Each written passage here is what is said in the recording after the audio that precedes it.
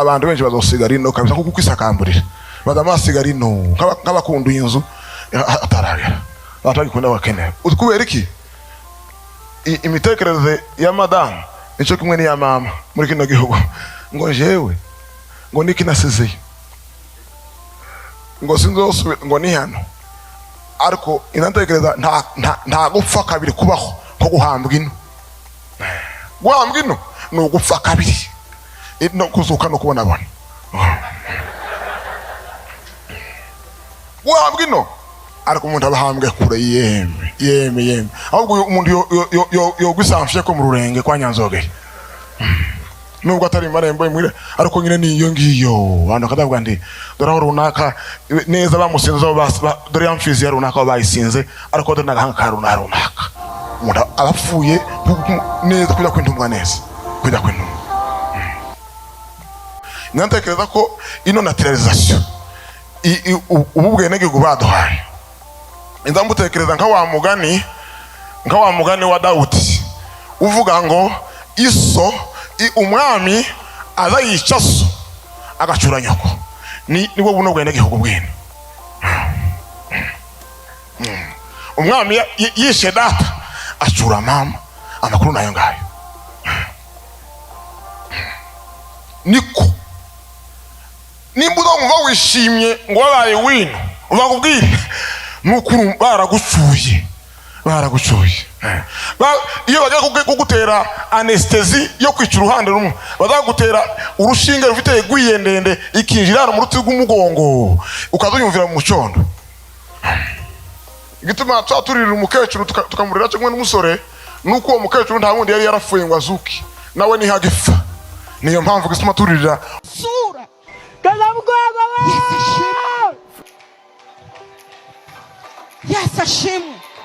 Yes ashimwe hanyuma merutse kujya kubwiriza iteraniro iwacu yo nteranira ku Kimihurura mbwira umugabo wanjye n'umuririmbyi muri korari Horebo hanyuma ndamubwira ndebera neza niba nambaye igitenge neza kuko data bukwe n'umushumba atancisha mijisho undebe ko nambaye neza arambwira ngo uziko mu myaka 13 tumaranye aribwo bwa mbere mbonye yuko utangera ku rutugu natangaye mataka yo mbwira Imana ni kasika yatangiye kweguka ongera woroseho kazabugaba haleluya Imana igigira data bukwe n'umunyamurenge ni pasiteri congratulations Imana ishobora ibidashoborwa n'abantu haleluya Yes ashimwe ni murabe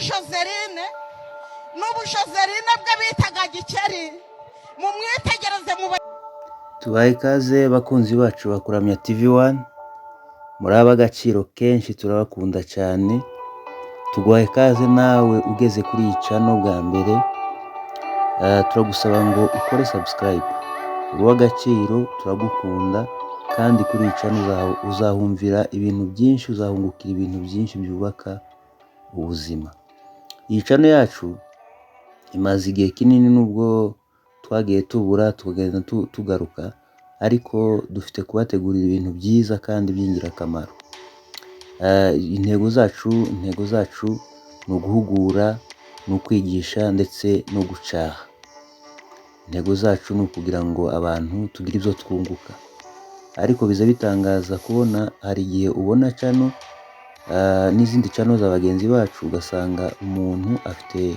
views nk'ibihumbi nk'icumi ariko ugasanga afite subscribe nka 500 kandi gukora kuri subscribe no gukanda gusa rimwe gusa nta kindi kiguzi bisaba turagusabye wowe ugeze kuri iyi channel mugenzi wacu ntugende udakoze subscribe uw'agaciro turagukunda kandi turakwishimiye kuba ugeze kuri channel yacu kuko mwabonye ino video twatangiye ducishaho uyu mumama arimo aravuga ukuntu ari umunyamurenge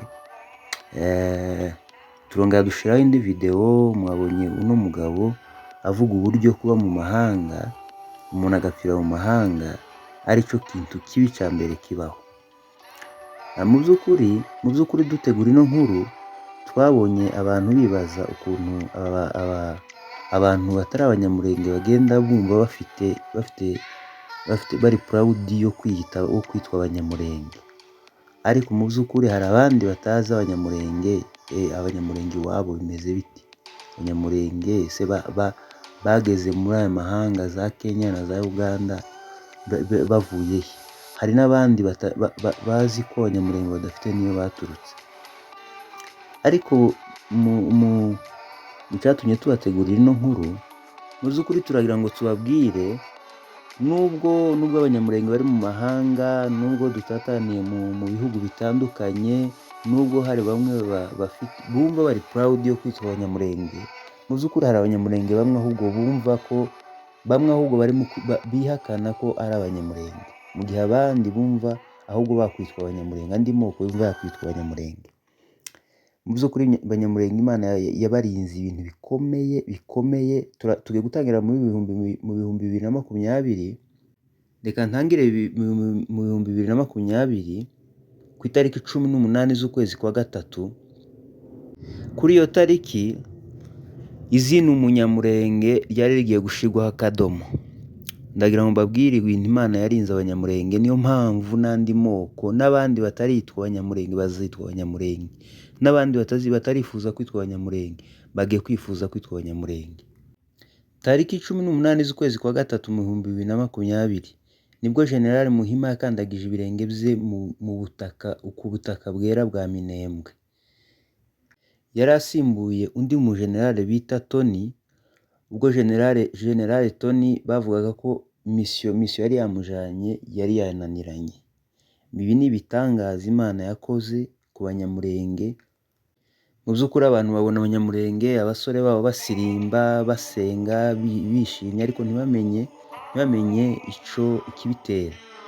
Uyu General Muhima ageze mu Minembwe asimbuye General Tony, iwe yabanje kwigira umwere, abashaka kwigira umutagatifu, ajijisha abanyamurenge, abereka ko yazanye amahoro, kuko Tony yarabagejeje yari yabateye ibitero, yabarashe, yabirukanye, abana bari mu bisambu, abagore babyarira ku misozi. Noneho Muhima ze yiwe ashaka kubereka ko ari umuntu mwiza, abereka ko azanye amahoro. Ariko mu by'ukuri ntibyatinze. Kiyatinze kugaragara icyari kimuzanye, kuko nawe yaraje kuzuza umugambi mugenzi we yari yatangije. Hari ku munsi w'iyinga ku itariki 18 z'ukwa kane. Urumva yari amaze ukwezi kumwe neza, yujuje ukwezi kumwe, 2020. Hari saa 7 n'iminota 30. Mu kwezi kumwe Muhima yari amaze mu Minembwe, yari amaze kwiga neza abanyamurenge, yari amaze kumenya imisozi batuyemo n'uburyo bameze. Yohereje igitero ciwe ahantu bita Gakenke mu Bakabza. Abo basirikare ntabwo bari bagiye kuramukanya, ntabwo bari bagiye gusurana, nta kindi cyari kibajanye, bari bagiye gukora operation yo gutsemba abanyamurenge. Mu by'ukuri Imana y'umurenge, Imana ihora itabara, tiyemeye ko umugambi mubisha ugerwaho. Kubw'amahirwe ntibyagendekeye uko babyifuzaga. Yaje gukubitwa, akubitwa inshuro n'abana bitwa Twirwaneho. Aha mu Bakabza ni imisozi yegereye Minembwe centre. Mu by'ukuri ababyeyi, abagore, abagabo, abana bumvaga ko byarangiye nta bundi butabazi bafite. Ariko hakaba abana b'abasivile n'abagabo n'abasore n'utwana duto baravuga ati ibi ntago twabyemera, kuko na ba sogokuruza barwanye n'intare, barwana n'idubu, barwana n'ingwe, barwana n'udusheri, barwana n'ikintu cyose. Baravuga ngo Imana yacu igomba kuturwanirira. Bahagarara kigabo. Uwo munsi bakubise ingabo za FARDC zigenda zikoreye amaboko. Nyamara izo ngabo mu kugaruka zagarutse zitumva zitabona. Ziravuga ati aha hantu hari ikindi kintu turwana naco kitari abantu, kuko babonaga ari utwana, ari abagabo, basivile ariko mu by'ukuri bari bamanuka mu bikoresho byose, ariko Imana ya Isiraheli ibasha gufasha Abanyamulenge. Uwo General Muhima twababwiye amaze kubona ko adashobora gutsinda Abanyamulenge, yiyemeje guhamagara mayimayi zimanuka imisozi ya Kabingo yose, ni ukuvuga ngo nta byatsi, nta hantu umuntu yabonaga ibyatsi, ziramanuka ku Kabingo. Hari ku itariki ya 26 z'ukwezi kwa 4 2020. urumva hari hashizeho iminsi mikeya gusa, urumva hasize iminsi mike gusa nk'iyinga rimwe n'iminsi nk'ibiri. Ubwo mayimayi zituruka za Kabingo, FARDC nayo ituruka mu bindi bice. Abanyamulenge ni ukuvuga ngo ahangaha bashaka kwinjira muri Minembwe neza centre. Urumva iyo abantu barwana bagafata centre cyangwa mu mujyi, urumva baba babatsinze. Mu by'ukuri uwo munsi Imana yakoze igitangaza kuri iyo tariki ya 26. FARDC yarakubiswe, Mayi irakubitwa, bose barahunga. Mayi irahunga yambuka za Rwiko, irirukanka za Bizira, zamuka iyo misozi yose yo muri Kongo. Abantu wenda batahazi bumva ururimi, ndagira ngo mbabwire aba Banyamulenge muzamubona hari ibintu byinshi Imana yabarinze. Niyo mpamvu ubona bihebeye Imana, bihebeye itorero, bahora mu nsengero basenga Imana. Buriya bazi ibitangaza byinshi. Hari igitangaza kimwe abantu bamwe badashobora kwemera. Hari ahantu hamwe bigeze gushaka gutera, abamayimayi bigeze kuvuga ngo bagiye gutera. Noneho Abanyamulenge basenga Imana arababwira ati ejo bazobatera. Ariko ngiye kubakora igitangaza, mugende mwandika amandiko, muzagende muyashinge hariya kuri uriya musozi, kuko ariho inzira bamaye bazanyuramo. Barabikoze. Ni ukuvuga ngo iyo quartier n'ubu ngubu iracari, uwo muhana n'ubu baracawutuyemo, nta mayira ukandagiramo.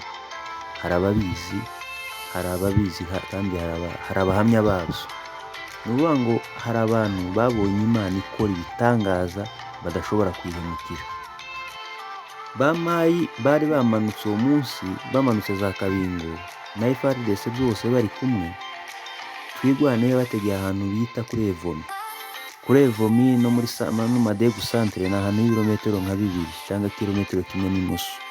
Urumva bari bageze muri centre kabisa. Uwo munsi bari kuvuga ngo baranywa icyayi muri centre, barabirukana barabageza ku Kabingo. FARDC ihunga mu ikayabo, abaturage baragenda bayicaramo, imaramo ibyumweru 2. Buke baravuga ati ntituguma mu ikaya y'abasirikare, bahamagara abasirikare, muze mwataye ikanyu, muze muyigarukemo. Uwo munsi niwe munsi wa mbere Abanyamulenge babonye ko leta ihanganye nabo. Niwo munsi babonye ko banzwe, nyamara nubwo abandi mahanga bakunze, abo mu bindi bihugu babakunze, nyamara babona ko leta yabo bo itabakunze. Uwo munsi rero leta nibwo yamashije iravuga ati sasa tugiye kohereza abasirikare, nubwo mwe mwigize ngo muri abarwanyi, tugiye gusiya abasirikare. Gutangira uwo munsi indege yasesha abasirikare, imisozi yose yuzura abasirikare. Abanyamulenge baravuga ati noneho ahangaha ho ntakazosimbuka. Habaye ku itariki ya 31 z'ukwa 5 2020. Hari hashize kandi ukundi kwezi kumwe, hari saa 6 z'ijoro. Kuri iyo tariki ya 31 Abanyamulenge nibwo bavuze ati imisozi twayivuyemo, za Kamombo barahahunze. Baravuga ati tugomba kongera kuja kuhatura byanga bikunze, ni ku butaka bw'abasogokuruza. Bayoborwa n'umugabo bita Mutabazi Gideon. Hari abamuzi baramuzi. Uwo Mutabazi Gideon ni umuntu wigomwe imishahara muri leta, yigomwa akazi keza, yigomwa imodoka n'imigati n'ibindi. Hari umunyabwenge wavuze ngo nta muntu ushobora kuba intwari mu gihe agikunze ibintu. Umuntu ugikunze breba n'imigati n'amabiswi ntabwo yaba intwari, ntibibaho, ntabwo bishoboka. Mutabazi Gideon aravuga ati ibi ntabwo bibaho, ntidushobora kuva mu misozi yacu ya Kamombo tugiye kongera kuyituramo. Ahamagara abaturage bayivuyemo, barongera barubaka, abafasha kubaka, barubaka. Igihugu cyari cyarabaye umusaka, cyari cyarabaye amatongo, barongera baragitura. Guhera uwo munsi Abanyamulenge bari bazi ko bahanganye na za Mayi n'abandi banzi baza kwiba inka. Ubwo kubera uwo munsi nibwo bamenye intambara bari kurwana iyo ariyo. Yahise yihindura isura, babona ko amazi atari yayandi. Hari umuntu wavuze ngo boga mpagaze, ngo boga mpagaze amazi ngo ntago akiri yayandi.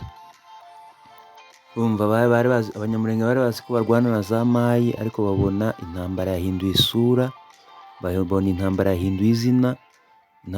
Intambara zose zari zugarije Minembwe, Bijombo, zahise zigenza buhoro buhoro. Ni ukuvuga ngo FARDC iravuga ngo na Mayi baravuga ngo tugomba gutera Kamombo, aba bantu twongere tubasenyere. Bagabye ibitero impande zose. Ni ukuvuga ngo FARDC yaturutse uruhande rumwe, Mayi ituruka urundi ruhande, abandi uwitwa umwanzi wese w'umunyamulenge aturuka uruhande arimo aba aribwo aturukamo. Ariko mu by'ukuri Imana iravuga ngo aba bantu ndabimanye, ntaho bagomba kuja. Habaye ku itariki ya 16 y'ukwezi kwa karindwi 2020 nibwo abo banzi b'Abanyamulenge bari ahantu bita mu Gipupu. Abanyamulenge bavuze ati ariko Gipupu tuje kureba uko bimeze. Baragenda bagerageza kuganira n'abaho, barababwira ati mwaretse ibingibi murimo byo gushaka urwango no kwicana. Ariko nyamara abantu bo mu Gipupu ntibabumva.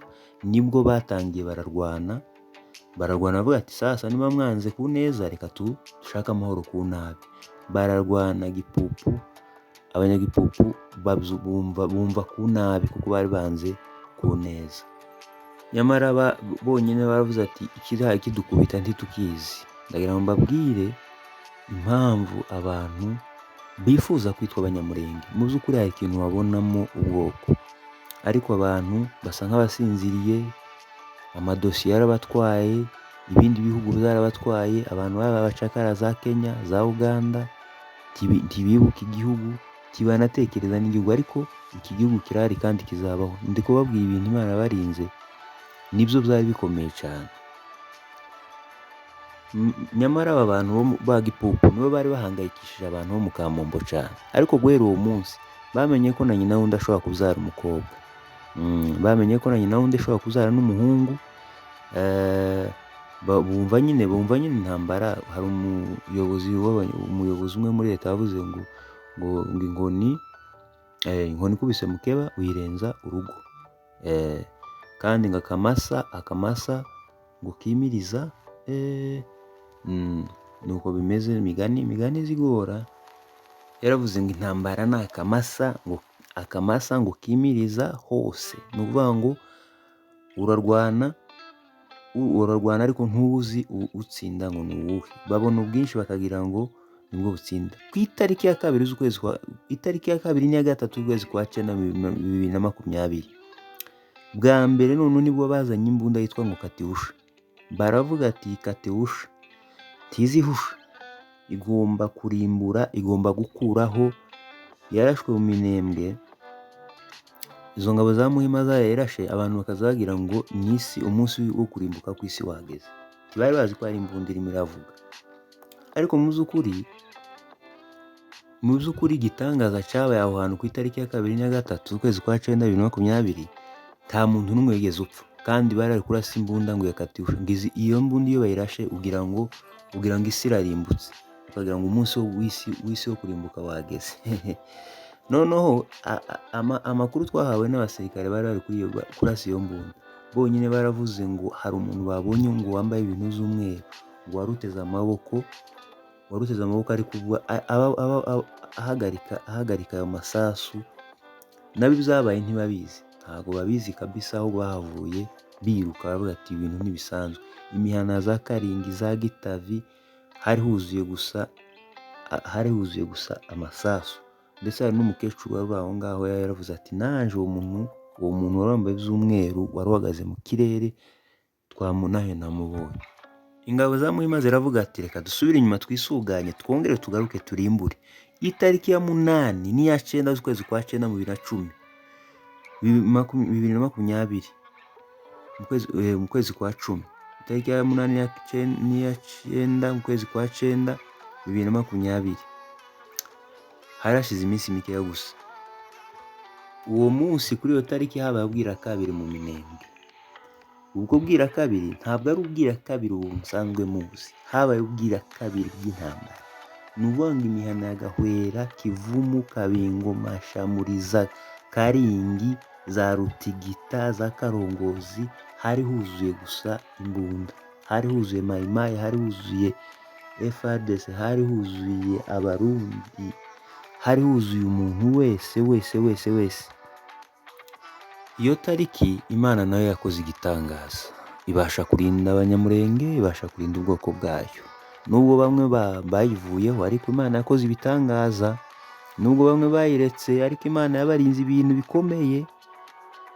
Abo bantu rero babonye ko iby'intambara n'amasasu batabishoboye, ku itariki ya 19 z'ukwezi kwa 10 2020, kuri iyo tariki ya 19 z'ukwezi kwa 10 2020, nibwo babonye ko iby'intambara y'amasasu n'imbunda batabishoboye, bahitamo gufata uyu nguyu Azarias Ruberwa, baravuga ngo uyu nguyu reka tumushire mu nteko.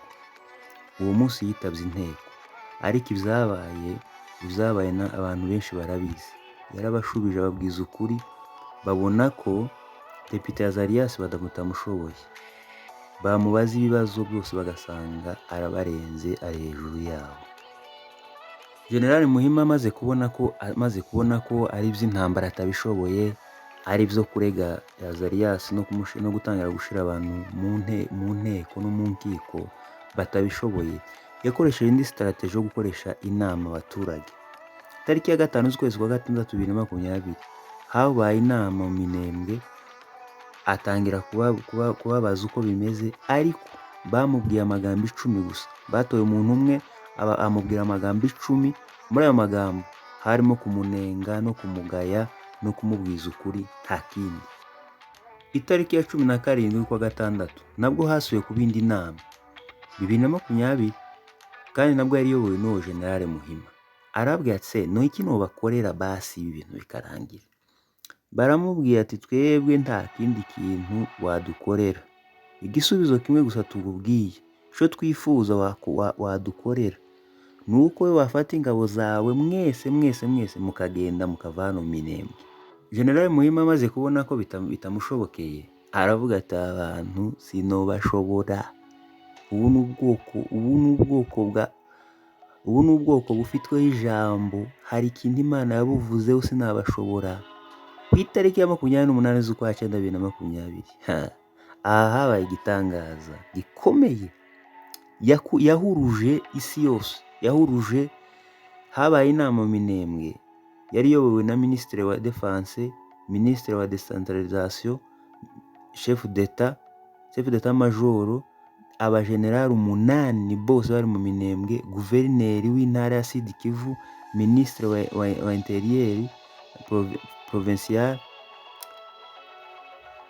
n'abandi badepite 12. Mwumve abantu, nubanga indege yaraseshe mu Minembwe, hari ikintu cyitwa giteni y'abasirikare gusa, kuko hari harinzwe biteye ubwoba. Bari bazi ngo Abanyamurenge barabatera, kandi Abanyamurenge ntibaza batera, wowe urabatera ariko umenya uburyo utera, ariko gusubirayo nawe ntumenya uburyo wasubiyeyo. Nyamara bano bayobozi, abadepite, abaminisitire bageze mu Minembwe, buri kintu na kimwe bavuga imbere y'Abanyamurenge, basoza isezerano Imana yari yaravuze ku Banyamurenge. Uwo munsi niwe munsi bemeje komine ya Minembwe ku mugaragaro, kugira ngo barebe ko kwigarurira imitima y'Abanyamurenge. Icyo kintu cyanejeje Abanyamurenge mu buryo buteye ubwoba. Ndetse si Abanyamurenge gusa bari mu Minembwe banezerewe, n'abari ku isi yose baranezerewe. Baravuga ati iki kintu abaminisitiri bazanye mu Minembwe ni ikintu kitunejeje cyane. Nyamara hari ba Kabila bari baranze kubitanga, babonye nyine, babona ibyo bari baranze, bamera nko kujya kwa Hamani wari ugiye kumanika Moridekayi, ariko birangira ari we umanitswe. Hari umuririmbyi w'Umutanzania waririmbye ngo mbea adui yako aishi siku nyingi ili unapobarikiwa jione kwa macho. Icyo nababwira bene data, mwereke kuva ku Mana, wewe gusa uzabona amasezerano n'amaso yawe. Ku itariki ya 18 z'ukwezi kwa 9 harongeye haba indi nama yari yobowe n'umujenerale uvuye za Bukavu, harimo n'umujenerale witwa Gabi ureba za Uvira. Bashakaga kwemeza abaturage kugumana na General Muhima kuko bashaka guhanaguraho ibya General Muhima. Bose abaturage bose bamusubirije icyarimwe icyifuzo cyawo ari uko General Muhima niyo batayo ya batayo ya 12 bose iyo brigade yose bagenda akava mu Minembwe. Nico gisubizo babasubije. Iki ya 12 z'ukwezi kwa 9 2020 hari umukutano utaruherutse kuba mu Minembwe. Uwo mukutano witwa ngo ni waki wa Ebeneza. Uwo mukutano utegurwa na Ebenezer. Uwo mukutano warongeye uraba mu Minembwe. Hari hashize imyaka 12 umukutano utaba. Imana irongera ikorera Abanyamulenge igitangaza mu gihe bibazaga ibintu tuzaba tudasenga, nta mikutano tukiba twabaye mu ntambara gusa. Ibi ni ibitangaza Imana yakoze. Ku itariki ya 10 z'ukwezi kwa 10 hari mu Kamombo. Kuri iyo tariki ya 10 z'ukwezi kwa 10 mu Kamombo honge haba nibwo bwa mbere habaye ubukwe. Harashize imyaka 2 nta bukwe buba. Abantu bongera bahurira mu bukwe baravuga ngo mu myaka 2 mu Kamombo twongeye gukora ubukwe. Nyamara muri ibibazo Abanyamulenge bahuye nabyo, abantu benshi bagomba gufata akanwa kuko hari abantu bagiye bavuga amagambo mabi, kandi burya ijambo ribi iteka rirakugaruka. Ariko hari abantu, twe ntabwo twita ku bantu bavuga ibintu bibi, nta mwanya w'umuntu uvuga ikintu kibi, twita ku bantu bavuga amagambo meza. Hari umuntu wavuze ijambo ryiza, ngiye kubabwira abantu 4 bavuze amagambo meza. Hari umuntu wavuze Gideon Mutabazi, abamuzi baramuzi, nta bintu byo kuvuga amagambo menshi. Yaravuze ngo uja kogera uwe ntarinda kwambura amahuzu. Bari bamubajije ni gute usiga amazu ukasiga fonction z'akazi ugasiga mushahara. Arabwira ngo umwana, yababwiye ijambo rya mbere, avuga ngo umwana uje iwabo ntayoboza, ntabazi inzira. Icya kabiri arababwira ngo uwogera uwiwe ntakura amahuzu. Uwo wabona umwana wawe aguye mu ruzi ukaja kubyo gukuramo amahuzu, cyangwa ahita uyitereramo ukaja kumukuramo. Hari undi mugabo wavuze ngo Abanyamulenge bageze muri ho plateau ba mbere, kandi nzi ko bazayivamo bwa nyuma. Isi irangiye nibwo bagomba kuyivamo, nta kuyivamo nyine. Wari utegereje ngo wenda bazoyivamo ngo ufate ikibanza, usubiza amaso, usubiza amerwe mu isaho. Hari undi mubembe wari uri gukangisha Abanyamulenge ngo ngafite ngo Prix Nobel. Biriya bihembo biza bitangwa n'abazungu, nabyo njye ndanemera. Abazungu batanga ibyabo baba bafitiye inyungu. Umugabo umwe arababwira ati ababembe mufite Prix Nobel, natwe dufite Imana Rurema. No mufite Prix Nobel, natwe dufite Imana Rurema yaremye isi n'ijuru, nta kibazo. Hari undi mugabo bita Moise Nyarugabo, abantu bamaje ibibazo byinshi kuri kino kibazo cy'Abanyamulenge. Arababwira ngo umuntu wese ushaka icubahiro mu ivu ry'Abanyamulenge cyangwa mu maraso y'abana b'Abanyamulenge, ahubwo we iryo vu gushakisha mu cubahiro uzarirohamamo. Niko bimeze. Nyamara ndovuga bino mukabaza se kino gihugu nta president gifite. Barambabwira ikintu cya mbere president yakoze kibi. Uyu president Kisekedi Chilombo ubwo yari ari Goma, yakiriye intumwa z'abanyamoko, abo bita ngo n'ababembe, abapfurero, amoko yose n'Abanyamulenge bari barimo, abakominote yose. Uwo munsi nibwo hagaritse komine ya Minembwe. Kuri iyo tariki ntizibagirana mu Banyamulenge. Ico cemezo yafashe nico cemezo cya mbere kigayitse mu byemezo byose perezida w'igihugu yafashe, Kisekedi Chilombo, cyo guhagarika komine ya Minembwe. Muri ibi by'intambara bigira yabo, hari umuntu witwa ngo Pierrot Karuba. Uyu Pierrot Karuba nawe, yabangamiye Abanyamulenge mu buryo buteye ubwoba. Yavuze amagambo arabatuka, bakorera igitangaza. Ariko nawe yari amagambo yavuze asetsa abantu. buriya nyine ibintu by'intambara bigira ibyabyo kweli. Umunyamakuru yaramubajije, yabajije Pierrot Karwa, kuko Pierrot Karwa mwavuze ngo muzi kwitegura, muza mutera abanyamurenge mubarusha imbaraga n'ubumenyi, niki cyababayeho, byagenze gute? Arababwira ngo ikintu cya mbere ngo yasanze ngo yangira Gideyoni ngo nuko ngo azamutera ngo azabatera ngo atabateguje ngo azabatera amasaha yo kurya. Ariko aravuga ngo ikindi kintu ngo yangira ngo Gideyoni ngo nuko ngo azabatera ngo atanyuze mu nzira ngo bamwiteguyemo. ariko tuzabona n'ibindi bitari ibi mw'abantu. Buriya Imana izi ikora ibitangaza mw'abantu. Imana izi ikora igitangaza. Umuntu wese wumva ururimi, yaba umunyarwanda, umurundi, umuntu wese w'i Bugande, kuko runo rurimi ruri mu ndimi zivugwa cyane ku isi. Ruri mu ndimi zivugwa cyane ku isi, kuko buriya muri East Africa buriya igiswahili gishobora kuba kiri ku mwanya wenda wa mbere muri East Africa. Noneho ururimi narwo rushobora kuba ruvugwa n'abandi bantu benshi. Buriya nubwo twavuze Muhima, nawe Imana yamukoreye akandi gakoryo kenshi, ibintu bikomeye. Muhima yateye abanyamurenge, abarasamo abantu 2 mu rugamba, ariko Imana iravuga ati abana ntibagomba kugwa kuri uriya musozi. Muhima wenyine Imana yongera ikoresha umwanzi w'abanyamurenge ari we Muhima, yohereza abasirikare biwe baje kuzana abo bana, abahungu 2 aho bari bakomeretse, barabazana babikoreye, babashyira mu bitaro, barabavuruza. Aho ngaho naho Imana iragaragara. Itariki ya 27 z'ukwezi kwa 10, aho naho Imana yongeye gukoresha Muhima yahamagaye ba Mayi, yahamagara abantu ibyatsi, batera abanyamurenge.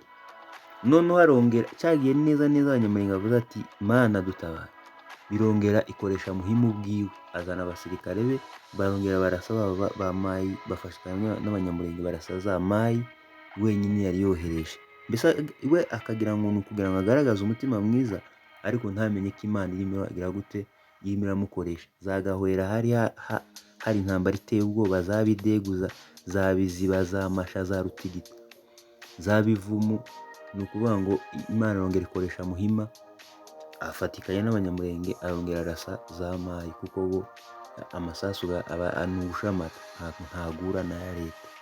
So reka mbabwire umuntu wese uri bwumve ino audio, ugomba kwihutira gukora ibintu ngiye kuvuga. Igitangaza cya mbere Imana yakoze n'ubu ngubu tukicibuka, kuba abanyamurenge bose muri iki gihe turimo batsindagiye ahantu bita mu Minembwe, muri centre, mu Madegu, mu mihana mikeya cyane, mihana mike cyane, ariko bararya baranywa kandi inka zarashize. Icyo ni igitangaza cya mbere. Kandi abanyamurenge n'abantu baratunzwe n'amata, barya ibyo kurya ariko bakarenzaho amata, ariko nta mata bakigira, ariko bariho. Kandi abanzi babo bacitse intege, bibwiraga ko bashobora kubatsinda. Ikindi gitangaza cya kabiri Imana yakoze, mutekereze ukuntu abantu bakiriho, tekereza ukuntu abantu bakibona ibyo kurya, mu by'ukuri imirima yabo mw'abantu mwe, mutekereze ukuntu abana b'abanyamurenge nyine batunzwe n'igikoma. Niyo mpamvu ubona ahantu buri munyamurenge atuye hagomba kuba bagomba gutanga amafaranga yo gutabara. Bamwe bayita amazina bakabacokora, ariko nimba ufite umutima wo gutabara, tanga 100 ryawe. Nimba uri muri Kenya, tanga 200. Nimba ahantu hose uri, ntabwo mpavuga kuko umuntu uzumva ino video azoba ari ahantu hatandukanye. Abantu bari muri Amerika mwagize umumaro, mwatugiriye umumaro uteye ubwoba. Abantu bari muri Amerika, nimba uri bwumva ino video, wigurire soda, kuko amafaranga yawe niyo atumye abantu bakirira ruguru. Wowe uri bwumva ino video, amafaranga yawe niyo atumye abantu bagihumeka ya ruguru. Imana yaragukoresheje nubwo utabizi. Kandi nimba utaragira icyo ukora, gikore, kuko turagutegereje, abantu baragutegereje. Ni ukuvuga ngo uko mubizi, aho mutuye mwese ku isi hamukoresha imihanda y'imodoka. ukuvuga ngo Minembwe muri aho abanyamurenge bari basigaranye inzira imwe y'indege, nayo hari igihe bayihagarika, kandi indege mwese murabizi kwigondera indege si buri muntu wigondera indege. Ikindi gitangaza nagira mbabwire, hari abantu bitwaga ngo ni ibirara, abadiaspora, abantu bagiye hanze. Buriya abantu bari abisi ibirara, abantu bananiranye, bahabutse, ariko nibo bagize umumaro muri iki gihe. Turabashimiye cyane, mwigurire soda hano muri. Abadiaspora mwese mwigurire soda kabisa, soda kubwa. Turabashimiye bikomeye. Ikindi gitangaza cya 8, kuba abantu bararwanye intambara nta masasu, nta mbunda, bakaza barwanisha inkoni, bagakubita umuntu inkoni ufite imbunda bakayimwaka, bagatangira bakayirasisha. Ya mbunda yarasa umuntu bagafata ya mbunda yindi. Ico nacyo ni igitangaza Imana yakoze ku banyamurenge. Ikindi gitangaza, hari abandi bazaga bafite umugambi wo kwicana, ariko bashika bagasanga abantu baje kwicana abantu b'amahoro, bashika bagahita baba abacuruzi, bagatangira bakicururiza, byo kurwana bakaba bivuyemo. Nico nacyo ni igitangaza Imana yakoze. Igitangaza cya nyuma buriya abanyamurenge mu by'ukuri, abantu niyo mpamvu ubona abantu barimo barashaka kwiyita abanyamurenge. Ni ikintu umunyamurenge ntabizi. Baciye umugani ngo uwambaye ikirezi nkamenya ko kigira gute kera. Buriya n'umuntu urabona nk'abantu b'abakirisitu, kuko uri umukirisitu niyo mpamvu bitesha agaciro, ariko umuntu utari umukirisitu we yumva arabinyotewe, yibaza ikintu gishobora kumuhesha ako gakiza, ariko wenda inzoga yaramunaniye, itabi yaramunaniye, cyangwa ntiyagize n'amahirwe yo kubwirizwa ubwo butumwa. Ariko umuntu wabaye umunyamurenge, hari abantu bifuza kuba abanyamurenge babibuze. Bibaze guturana n'umuntu, nuvuga ngo hari abantu bazaga kubica, cyangwa nk'abapfurero babica abanyamurenge ba mayimayi, ariko ugasanga abanyamurenge babanye n'abandi babica bene wabo mu mazu, bako barabasomesha, barabatunze. Nuvuga ngo umunyamurenge mureke guhinduka, Imana izabageza kure. Mu yindi video yacu tuzashimira abana b'abakobwa batabaye, tuzabavugaho. Ikindi tuzoshimira abantu bagize ico bakora muri ibi, kuko abo bantu hari igihe tuba twifuza gufungura imishumi y'inkweto zabo. Mukomeze mukore neza gusa, igihe nikigera iyo neza yanyu tuzoyibitura. Hari abantu bitwa ngo ni Mahoro Peace Association, ibo ntibavugwa, nta muntu wapfa, ntago wari gupfa kubavuga gusa. Bene uko tuzabavugaho igihe nikigera. Abandi bantu za mituwarite ibiki, abantu bose bagize icyo bakora kugira ngo umunyamurenge abakiri muri ya misozi, turabashimiye kandi turabasaba ngo mukore subscribe. Umuntu uri bwumve ino video, kora subscribe, turagusabye. Murakoze cyane, mugire umunsi mwiza.